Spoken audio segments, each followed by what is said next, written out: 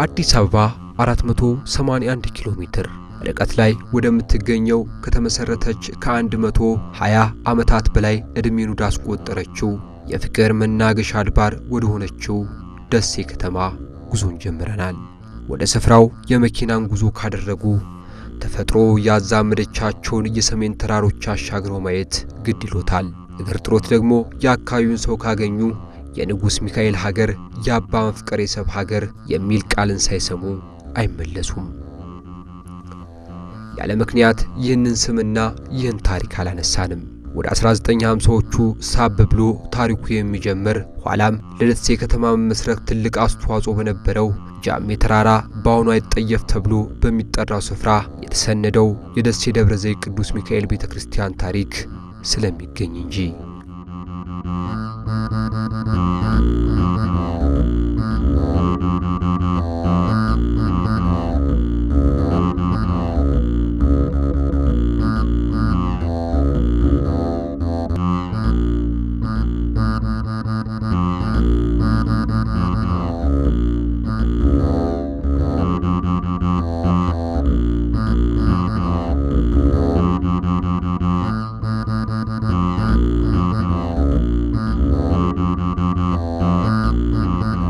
አባ ሐዲስ የተባሉ ባለራእይ አባት ለአባ መፍቀሬ ሰብ ይቦታ ለቅዱስ ሚካኤል ይሁን ቤተክርስቲያን ይበሰርበታል እዚህም ይከብራል እኔ ሞታለሁ አንተ ግን በሕይወት ትኖራለህ ወጥተወርደ ይችን ቦታ ለቅዱስ ሚካኤል እንድታስረክብ አደራ በማለት የኑዛዜ ያደራ ቃላቸውን ይናገራሉ። የስፍራው ታሪክ አመሰራረት ከዚህ ይጀምራል።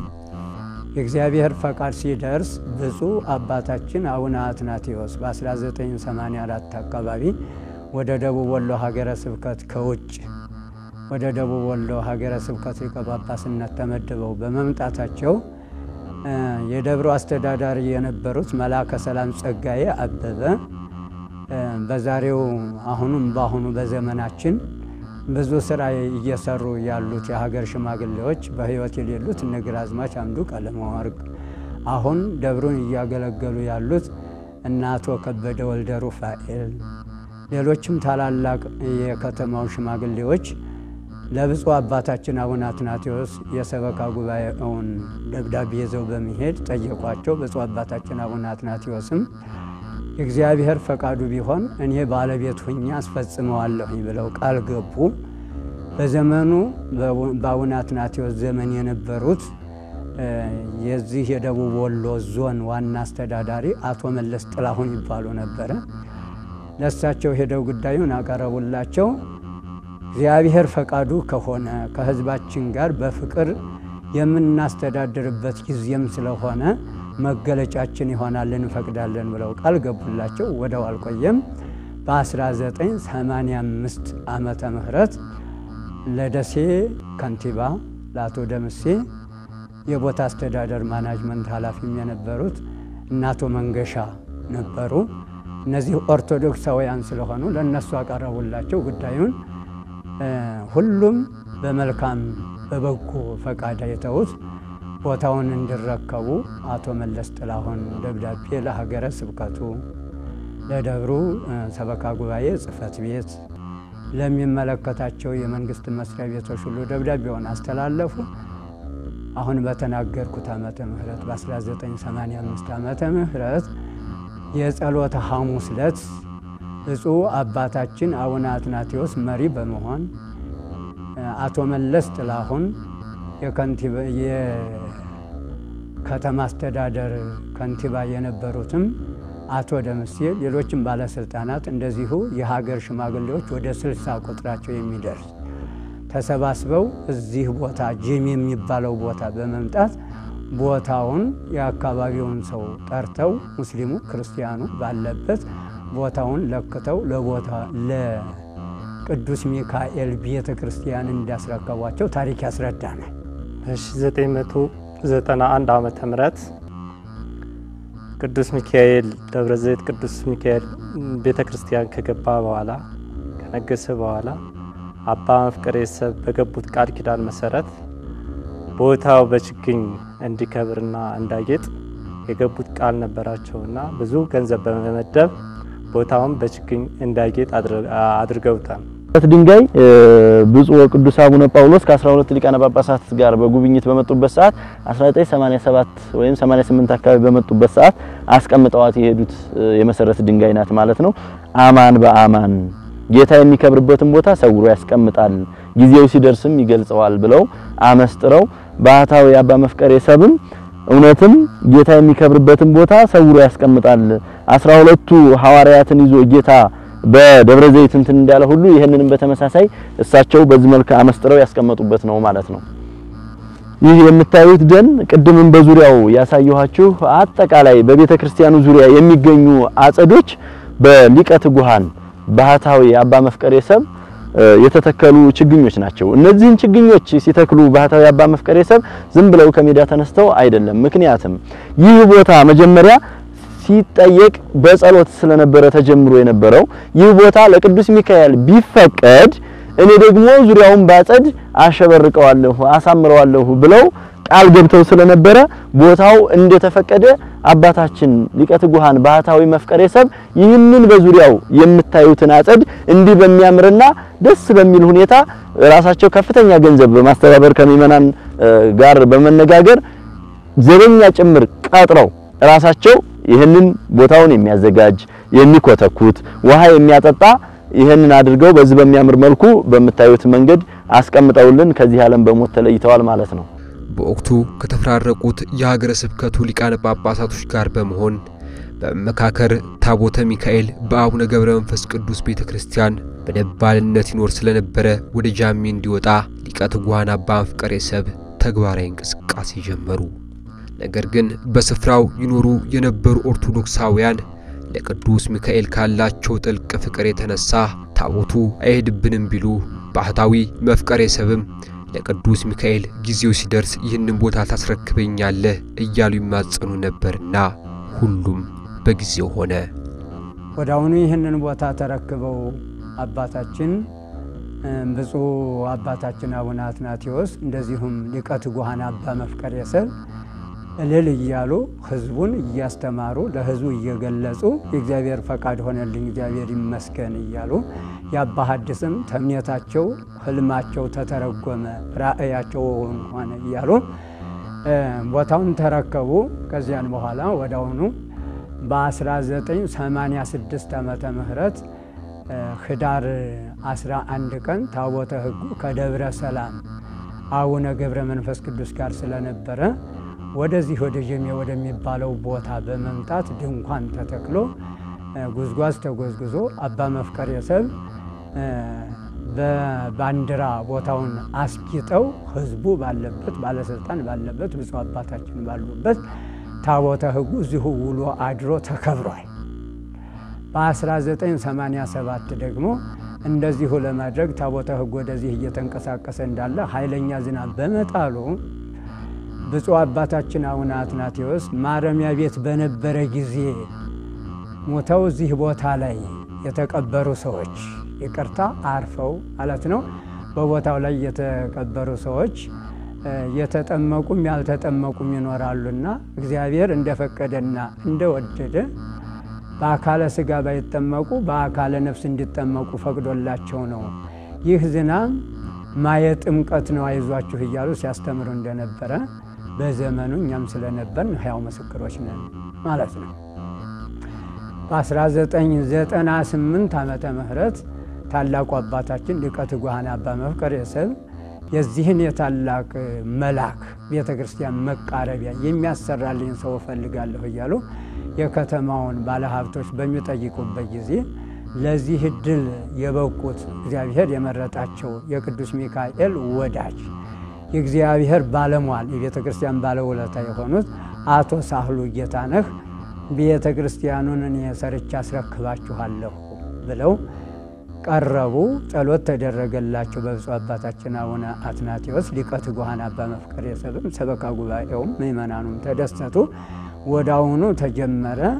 1988 ላይ ይህ መቃረቢያ ተጀምሮ እያለ የኢትዮጵያ ኦርቶዶክስ ተዋሕዶ ቤተክርስቲያን ቅዱስ ፓትርያርክ የነበሩት ቡራቻቸው ይድረሰንና ብፁዕ ወቅዱስ አቡነ ጳውሎስ ደቡብ ወሎን ለመጎብኘት በተለይ እነ ርዕሰ አድባራት ወገዳማት ተድባበ ማርያምን የጎበኙበት ወቅት ስለነበረ 12 ሊቃነ ጳጳሳትን በማስከተል ወደ ደቡብ ወሎ መጡ። አንደኛው የተጎበኘው ይህ ደብር ነው፣ ይህ ቦታ ነው ማለት ነው። ደብረ ዘይት ብለው ሰይመው ስለነበረ አቡነ አትናቴዎስ ይህ ታላቅ ቅዱስ ፓትርያርክ ቦታው ላይ መጥተው ከሊቃነ ጳጳሳቱ ላይ ቦታውን ማናላችሁት ብለው በሚጠይቁ ጊዜ ሊቀ ትጉሃን አባ መፍቀሬ ሰብ ብፁዕ አባታችን አቡነ አትናቴዎስ ደብረ ዘይት ብለዋታል አሏቸው። ይህን በሚሏቸው ጊዜ ቅዱስ ፓትርያርኩ አማን በአማን ደብረ ዘይት፣ በእውነትም ደብረ ዘይት ብለው የሊቀ ጳጳሱን ስያሜ ቅዱስ ፓትርያርኩ ከ12ቱ ሊቃነ ጳጳሳት ጋር በወራሽ ያጽድቀውላቸዋል። ከዚያን ጊዜ ጀምሮ ይህ ቤተ ክርስቲያን መሰረቱ እያማረ ስርዓተ ጸሎት ተደርጎለት በቅዱስ ፓትርያርኩና በሊቃነ ጳጳሳቱ ሊቃነ ጳጳሳቱና ቅዱስ ፓትርያርኩ ባሉበት አባ መፍቀሬ ሰብ ታላቁ አባታችን ሊቀ ትጉሃን እግዚአብሔር አምላካችን በደብረ ዘይት ከ12ቱ ሐዋርያት ጋር ተገኘ በሚል ምስጢራዊ ኃይለ ቃል ቅዱስ ፓትርያርኩን በሰምና ወርቅ አመስግነዋቸዋል። ጌታችን መድኃኒታችን ኢየሱስ ክርስቶስ በደብረ ዘይት ከ12 ሐዋርያት ጋር እንደተገኘ ሁሉ ቅዱስ ፓትርያርኩ ከ12 ሊቃነ ጳጳሳት ጋር በደብረ ዘይት ቅዱስ ሚካኤል ቦታ ተገኙ እያሉ እንዳመሰገኗቸው ታሪክ ይጠቁመናል። እኛም በጊዜው ነበር።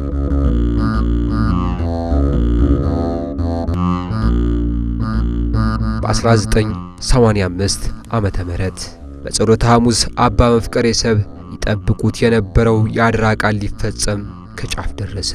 የቅዱስ ሚካኤል ጊዜ ደረሰና እንዲመሰረት የወቅቱ የከተማው ከንቲባ 60 ከሚደርሱ የሀገር ሽማግሌዎች ባለስልጣናትና ምዕመናን በተገኙበት በብፁዕ አቡነ አትናቴዎስ መሪነት ቦታው ለቅዱስ ሚካኤል እንዲበረከት አሳሰቡ። ይሄ አሁን አካባቢ ያለንበት ቅድስት ነው።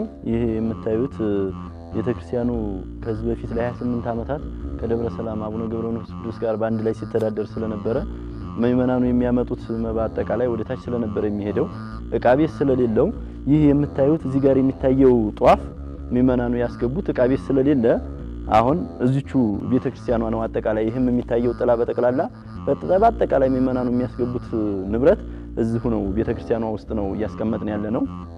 ለወደፊት እንግዲህ እግዚአብሔር ጋር ይህንን ቪዲዮ የሚከታተል በውጭም በሀገር ውስጥም ያሉ ምእመናኖች የቤተክርስቲያኑን ዕቃ ቤት በመተባበር በጋራ በማሰራት ይህንን እዚህ የምናየውን ወደ ዕቃ ቤት ቀይረን ለቅዱስ ሚካኤል ሁላችንም እያንዳንዳችን አስተዋጽኦአችንን አበርክተን የእያንዳንዳችንን አሻራ አስቀምጠን ቅዱስ ሚካኤል እንድንረዳና የቤተክርስቲያኑን እድገትና ለውጥ ለማምጣት በጋራ እንተጋለን ብለን እናስባለን። በቅዱስ ሚካኤል ተራዳይነት በእናንተ አጋዥነትና አስተባባሪነት እያንዳንዱ ይህን ቪዲዮ የሚያየው ሁሉ ተባብሮ ዕቃ ቤቱ ተሰርቶ በአጭር ጊዜ ወደ ልማት ገብተን ለውጥ የምናመጣበትን መንገድ እንደ እግዚአብሔር ፈቃድ እናመቻቻለን ብለን እናስባለን። እናየው ቦታ ደግሞ የደሴ ደብረ ዘይት ቅዱስ ሚካኤል ባታለ ማርያምና ቅዱስ ፋኑኤል ወደዚህ ቦታ ከመምጣታቸው በፊት ወህኒ ቤት ወይም ጀሚ ማረሚያ ቤት በመባል ይታወቅ ነበር። ማረሚያ ቤቱ በነበረበት ሰዓት ታቦተ ሕጉ ወደዚህ ሲመጣ በ1987 እዚህ በገባበት ሰዓት ከፍተኛ የሆነ ዝናብ ጥሎ ስለነበረ ብፁዕ አባታችን አቡነ አትናቴዎስ እዚህ ቦታ ላይ በአካለ ነፍስ ሳይጠመቁ ተቀብረው የነበሩ ሰዎች በአካለ ስጋ ሳይጠመቁ ተቀብረው የነበሩ ሰዎች በአካለ ነፍስ እንደተጠመቁ ይቆጠርላቸዋል በማለት ብፁዕ አባታችን አቡነ አትናቴዎስ እዚህ የተቀበሩ ሰዎችን በማመስጠር የተናገሩበት ሁኔታ ነው ያለው።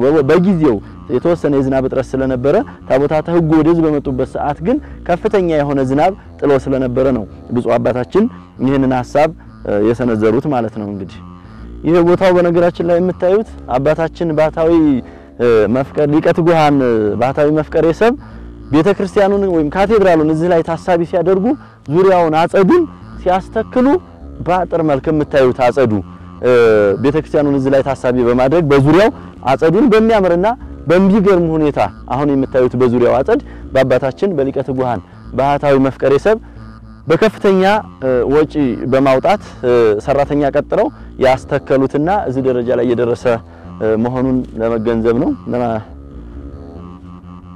የክርስትና ቤትም የደጀ ሰላምም አድርገን ስንጠቀምበት የነበረውን አሁን ራሱን አስችለን ሰንበት ትምህርት ቤት አድርገናል። ይህን የምታዩትን ደግሞ አንድ በጎ አድራጊ በክርስትና ቤቱን አስገንብቶ አሁን ውስጧ ለመጠቃለል ትንሽ ይቀራታል። አሁን በዚህ መልክ በሚያምር መልኩ ተጀምሮ ያለበት ሁኔታ ነው ያለው። በአንድ በጎ አድራጊ ነው ማለት ነው። ይሄንን ለክርስትና ቤት አሰርቶ ለቅዱስ ሚካኤል ያበረከተው ነው የምታዩት።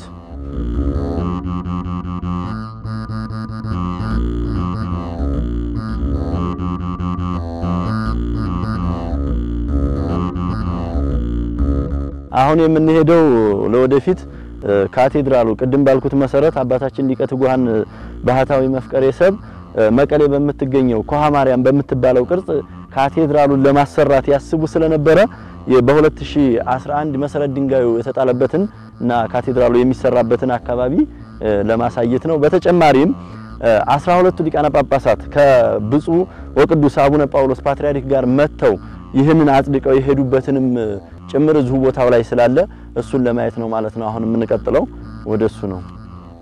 ስለዚህ እናንተ ይሄን የምታዩትን ለመስራት የእያንዳንዱ ኦርቶዶክሳውያን በጎ ፈቃደኛ ኦርቶዶክሳውያን እጅ ስጦታ ያስፈልጋልና ሁላችንም የተሻለ ሁላችንም የምንችለውን ነገር አስተዋጽኦ በማድረግ ይህንን ቤተክርስቲያን የምታዩት ምድረ በዳ የሚመስል ነገር ነውና አባታችን አባ መፍቀሬ ሰብ የተከሉት አጸድ ብቻ ነው ያለው። ነፍሳቸውን ይማር አባታችንን የምታዩት በሚገርምና በሚያስደስት ሁኔታ የአባታችን አጸድ ነው። ይሄ የምታዩት ዙሪያውን አጠቃላይ በቤተክርስቲያኑ አጊጦ የምናየውና ሌላ ነገር ስለሌለ አጠቃላይ ልማቱም ሆነ ለቤተክርስቲያኑ የሚያስፈልጓት ነገሮች የበጎ አድራጊ ኦርቶዶክሳውያንን እገዛ ስለሚያስፈልግ ሁላችሁም የበኩላችሁን አስተዋጽኦ እንድታደርጉልንና ቤተክርስቲያኑን ወደ ተሻለና አደጉ ደብሮች ጋር እኩል ለማድረግ እንችል ዘንድ የእናንተን አስተዋጽኦ በቅዱስ ሚካኤል ስም የምንጠብቅ መሆኑን ለማሳሰብ ያክል ነው። እናየው የቅዱስ ሚካኤል የባታ ለማርያምና የቅዱስ ፋኑኤል የጸበል ቦታ ነው። ይሄ የምታዩት እንግዲህ ቤተክርስቲያኑ ይሄ የምታዩት ሮቶ ቤተክርስቲያኑ ወደዚህ ሲመጣ ተሰርቶ የተሰቀለ ሮቶ ነው ማለት ነው። ይሄ ጸበሉ ነው የቅዱስ ሚካኤል። ይሄም የምታዩት በአንድ በጎ አድራጊ የተሰራች ህዝበ ክርስቲያኑ ውስጥ ላይ የሚጠመቅባት የጸበል ቦታ ናት። ይሄኛው ሮቶንም የምታዩት ነው ማለት ነው። የጸበል ቦታው ይሄንን ይመስላል። አጥር ያስፈልገዋል፣ የተለያዩ ነገሮች ያስፈልጉታል። አሁን የኢኮኖሚው ጉዳይ አስሮ ስለያዘን ያልሰራነው ነገር አለ። ከዚህ በተጨማሪ ቅድም ላይ በገለጽኩላችሁ መልኩ እንዲህ የሚያምርና የተዋበ እንዲሆን ያደረገው የአባታችን የሊቀ ትጉሃን ባህታዊ መፍቀሬ ሰብ አጸድ ነው ማለት ነው። እጅግ በጣም ነው የሚማርከው፣ እጅግ በጣም ነው የሚያምረው። ሁሉ ጊዜ አባታችንን የምናስታውስበት ለቅዱስ ሚካኤል በስጦታ መልክ አበርክተውት ከዚህ ዓለም የተለዩት ነው ማለት ነው። ይሄ የምታዩት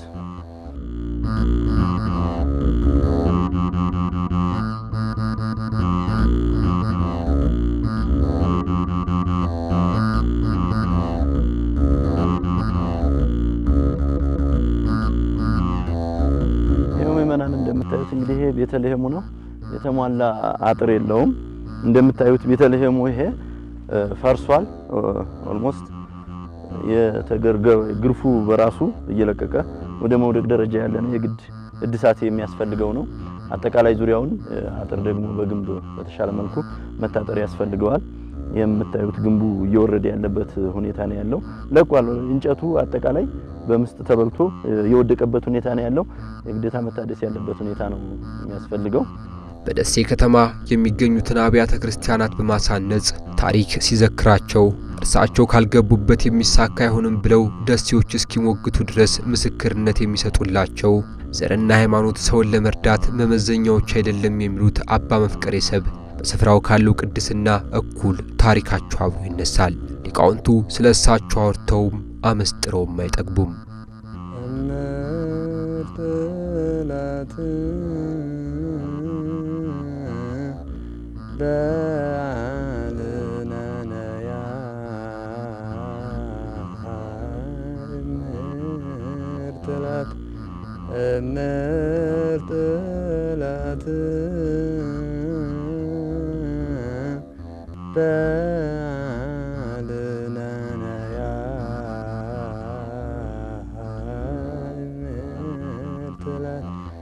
ሊቀት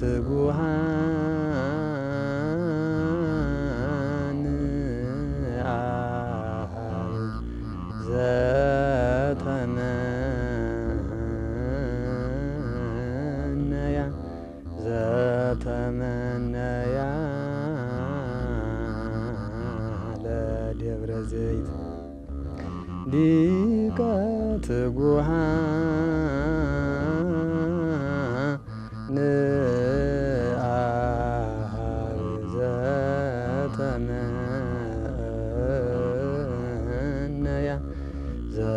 ዘተመነያ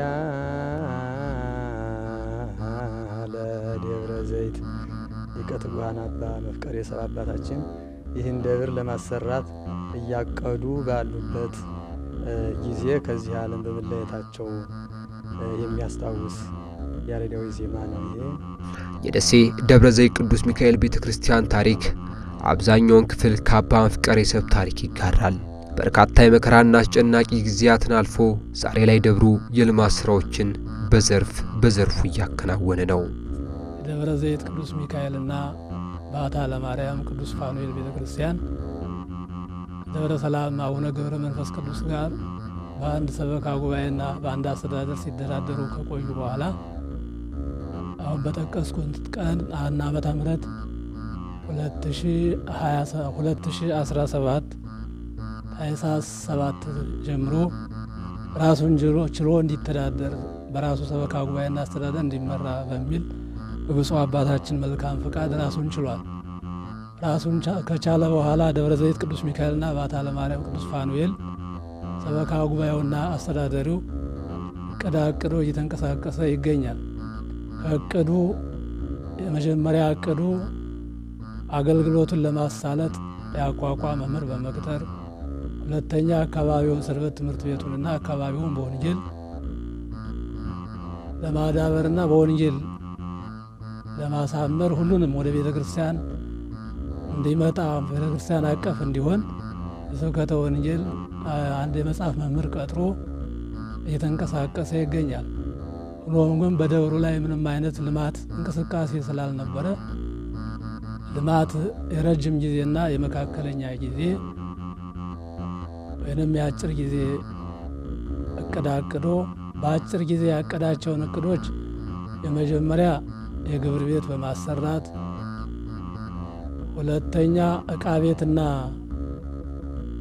የጽህፈት ቤት በማሰራት፣ የሰንበት ትምህርት ቤት ለማሰራት እቅድ ላይና እንቅስቃሴ ላይ ይገኛል። ሆኖም ግን ይህንን ለማሰራትና ለማሳራት ከዘመኑ ውድነት በውጭ ሀገርና በሀገር ውስጥ የምትገኙ ባለሀብቶችና ባለተስፋዎች ይህን ደብር ለማድረግና እንደ አድባራት እኩል እንዲሄድ ለማስቻል ሰበካ ጉባኤው በአጭር ጊዜ አቅዶ ሊሰራቸው ያቀዳቸውንና ሊሰራቸው የጀመራቸውን እቅዶች ማሳካት ያልቻለበት ሁኔታ ሆኖ ይታያል። 1991 ዓመተ ምህረት ቅዱስ ሚካኤል ደብረ ዘይት ቅዱስ ሚካኤል ቤተክርስቲያን ከገባ በኋላ ከነገሰ በኋላ አባ መፍቀሬ ሰብ በገቡት ቃል ኪዳን መሰረት ቦታው በችግኝ እንዲከብርና እንዳጌጥ የገቡት ቃል ነበራቸውና ብዙ ገንዘብ በመመደብ ቦታውን በችግኝ እንዳጌጥ አድርገውታል። መላከ ሰላም አለቃ ጸጋይ ቦታውን ከተረከቡ በኋላ አገልግሎትና ልማቱን በመቆጣጠር ለብዙ ጊዜ ካገለገሉ በኋላ ባደረባቸው ሕመም ምክንያት በዚህ ዓለም በሞት ተለዩ። በምትካቸውም የተተኩት አስተዳዳሪ መላከ ሰላም ኢየሱስ ወልደ ጻድቅ ይባሉ ነበርና እሳቸውን ቦታውን ከተረከቡ በአስተዳዳሪነት ቦታውን ከተረከቡ በኋላ ቦታው የሚያስፈልገው ልማት አገልግሎት እያንዳንዱ ነገር ራሳቸው ፕላን ከለዩ በኋላ የሚለሙትን ልማት የአጭር ጊዜ መካከለኛ ጊዜና የረጅም ጊዜ ብለው ለይተው ወደ ልማታቸው ሲገቡ ከገቡትም ካቀዷቸው ልማቶች መካከል ለቦታው ያገለግላሉ፣ ቦታውን ያሳድጋሉ ያሏቸው ልማቶች ወፍጮ፣ ጋራጅ፣ መዋዕለ ሕፃናትና እርባታ የመሳሰሉትን እቅድ አውጥተው የመጀመሪያ የልማታቸው መግቢያ ያደረጉት ወፍጮ ለዛ አካባቢ በአካባቢው ምንም ስለሌለ ለቦታው ፈጣን ገቢ ያስገኛል ያሉትን ወፍጮ ጀምረው በበጎ አድራጊ ድናቦ ተሰጥተው ነበርና 2 መጋዘኖች ወዳውኑ በአፋጣኝ ሰሩ።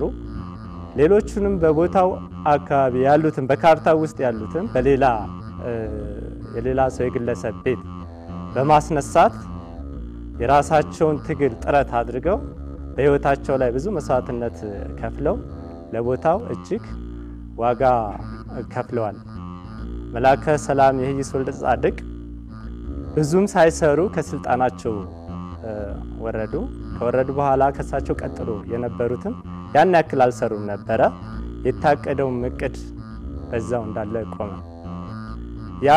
ያ እቅድ ሲቆም በአካባቢው ያለው ምዕመን የታቀደው እቅድ ለምን ተግባራዊ አልሆነም የሚል ቅሬታ አንስቶ ጥያቄዎችን መጠየቅ በጀመረ በ2011 ጥያቄዎችን ጀምሮ ጥያቄውም ተግባራዊ ሆኖ አልተመለሰለትም ነበርና በ2016 ጠበቅ ያለ ጥያቄ ጠየቀ። ለወረዳው ቤተ ክህነት ጥያቄውን አቀረበ።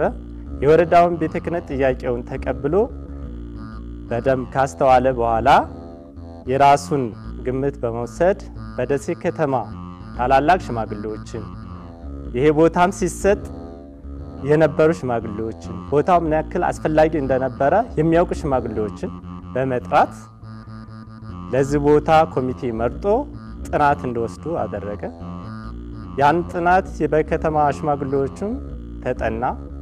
ደብረ ዘይት ቅዱስ ሚካኤል ለ28 ዓመት ምንም አይነት ልማት ያለማበት የከሰረ ቦታ በአስተዳደር ችግር ምንም አይነት እንቅስቃሴ የሌለበት በማለት ስለዚህ የደብር የሚለማው ራሱን ችሎ በራሱ ሲተዳደር ነውና ራሱን እንዲችል ብሎ የራሳቸውን ጥናት ለወረዳ ቤተ ክህነት አስተላለፉ። የወረዳውን ቤተ ክህነት ሐሳቡ ጥሩ እንደሆነ ገምግሞ ካየ በኋላ ራሱን እንዲችል የራሱን ውሳኔ ካስተላለፈ በኋላ በአገረ ስብከቱ ታኅሳስ 7 ቀን ራሱን እንዲችል የውሳኔ ወረቀት ደረሰን። እኛም ከዛም በኋላ እያንዳንዷን ጥያቄ እያንዳንዷን ሐሳብ በመያዝ ቦታው እንዲከብርና እንዲለማ የራሳችን ጥረት አደረግን። ይህም የኑሮ ውድነት፣ የማቴሪያል ጣራ መንካት እንዲህ ገጠመኝ ሆነው ሰበካ ጉባኤው ያቀዳቸውን ያጭር ጊዜ በቅርብ ጊዜ አጠናቆ ወደ ስራ ለመሄድ የተገደደበት ሁኔታ ገጥሞታል። የመካከለኛ ጊዜ ያላቸው ፕሮጀክቶች ተነድፈው ታቅደው በቅዳቸው መሰረት ያልተከናወኑና በቅዳቸው መሰረት ያልሄዱ እቅዶችን ታቅደው አግኝቷል። እኒህን የመካከለኛ ጊዜ እቅድ በማለት አቅዶ አሁን ለመንቀሳቀስ እየሞከረና ጥረት እያደረገ ሰበካ ጉባኤውና አስተዳደሩ ይገኛል።